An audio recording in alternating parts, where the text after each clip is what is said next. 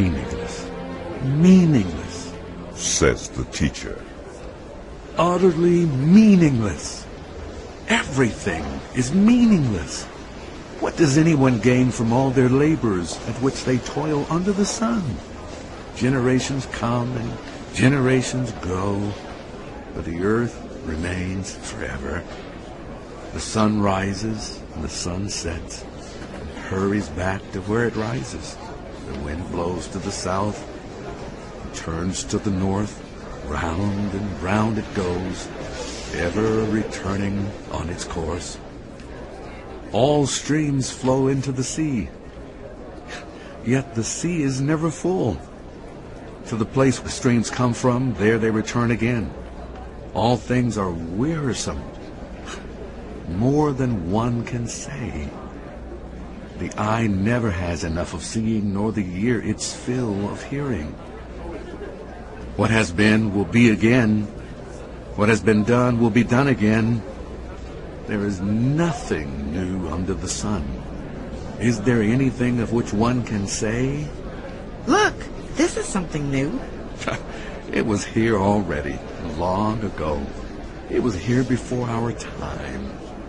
There is no remembrance of people of old, and even those who are yet to come will not be remembered by those who follow them. I, the teacher, was king over Israel and Jerusalem. I applied my mind to study and to explore by wisdom all that is done under the heavens. What a heavy burden God has laid on the human race. I have seen all the things that are done under the sun. All of them are meaningless, a chasing after the wind. What is crooked cannot be straightened. What is lacking cannot be counted. I said to myself, look, I have grown and increased in wisdom more than anyone who has ruled over Jerusalem before me. I've experienced much of wisdom and knowledge. Then I applied myself to the understanding of wisdom, and also of madness and folly. But I learned that this, too, is a chasing after the wind. For with much wisdom comes much sorrow, and more knowledge.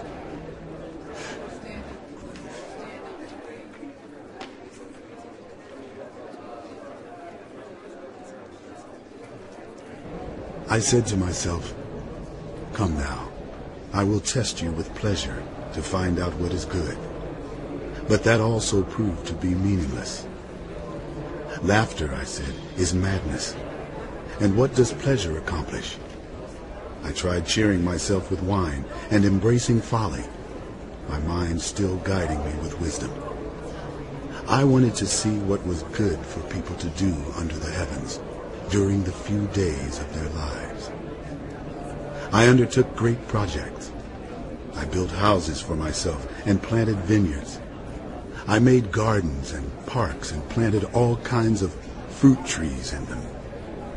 I made reservoirs to water groves of flourishing trees. I bought male and female slaves and had other slaves who were born in my house. I also owned more herds and flocks than anyone in Jerusalem before me. I amassed silver and gold for myself and the treasure of kings and provinces. I acquired male and female singers and a harem as well.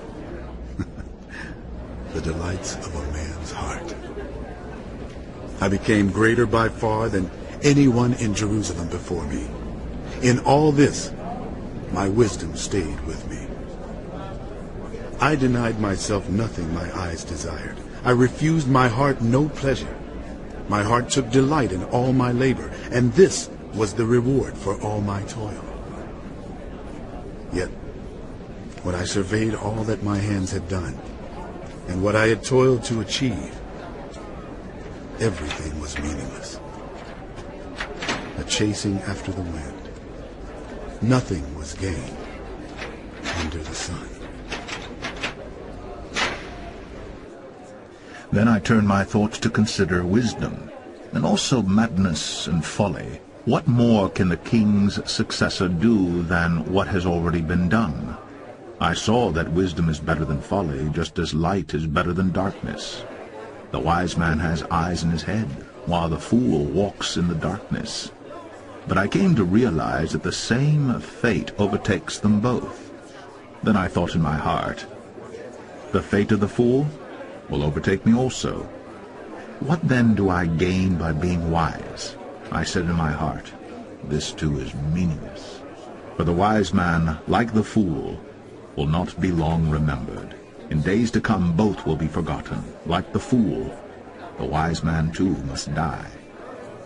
So I hated life, because the work that is done under the sun was grievous to me. All of it is meaningless, a chasing after the wind.